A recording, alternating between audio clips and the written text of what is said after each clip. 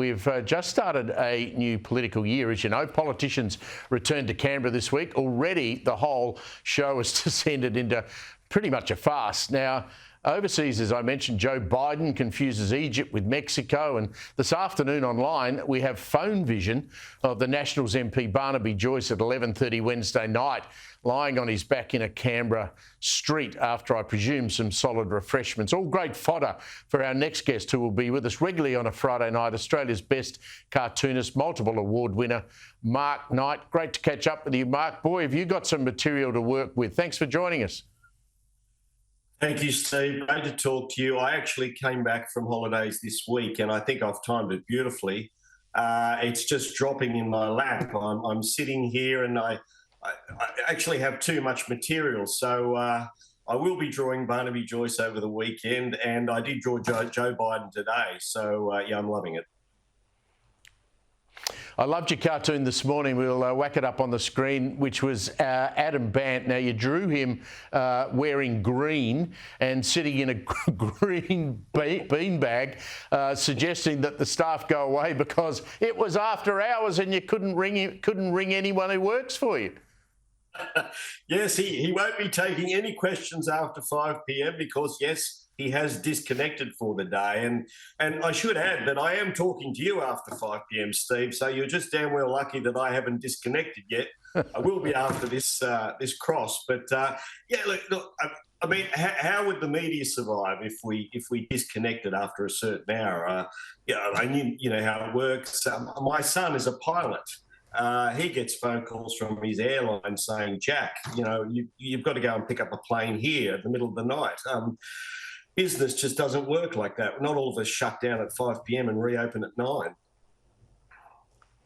Well, no, you and I worked together decades ago in newspapers. Imagine if the boss rang me up and said, listen, there's a big story breaking. You need to get out of bed and get on a plane and go to the Northern Territory or whatever. And I said, well, sorry, I mean, I just can't take a call at 7 o'clock at night. It's not going to work. That's right. Well, you know, like things like 9/11, you know, we went all night during those amazing stories. So, but that's the way the Greens work. They, as Paul Keating said, they are the fairies at the bottom of the garden. They live in this little wonderland and remote from sort of the real world. Oh. And I guess this is one of those policies. But I can hear another cartoon coming with fairies at the bottom of the garden. I can hear that coming. Do you ever, and I know the answer to this, going to ask you anyway, do you ever stare at a blank canvas and say there's nothing there? I mean, you're a 7-day-a-week cartoonist. You even are kind enough to draw a cartoon for my weekly column in the Herald Sun. I mean, do you ever look at it and there's nothing? Yeah, look, I tell you, the first day that I came back from holidays on the Monday, it was, you know, I hadn't caught up on politics. There wasn't a lot going on that day. The week was going to start the next day when Parliament resat. So you sort of have a few fallback ideas, but you really need that news cycle to get that sort of kick and the adrenaline to come in. But I think it was a hot day and I fell back on a weather cartoon. The good thing about being a cartoonist in Melbourne is that you always have football to draw on. Now, when the footy season starts, there's always a footy player doing something, you know, like Barnaby Joyce. He's acting like a footballer today. They're always doing something which can help you along.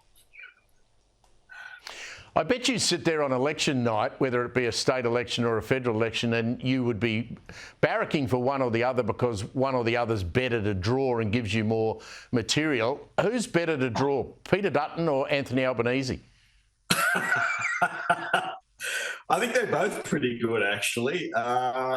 You know, Dutton is just beautiful. I did a cartoon this week, which was, I do it every year. Oh, sorry. Well, there you go. Here's the Duttonator. I did when Parliament resumes every year, it sort of coincides with the school year. So I do this back to school cartoon of all the politicians going back to Canberra. And I had them getting off the school bus out the front of Parliament House. And obviously Albo was very happy. He just got his tax cuts through. and he was asking Dutton if he wanted to hold hands as a sign of unity and skip into Parliament together, like they were attending the first day at school. Of course, Dutton would have none of that and was at his dour best. So, look, I think Dutton is a great character for cartoonists. I'd hate to lose him. You really are brilliant, and I think your drawings are extraordinary. Do you get many requests from pollies for a Mark Knight original, a copy to hang on their wall?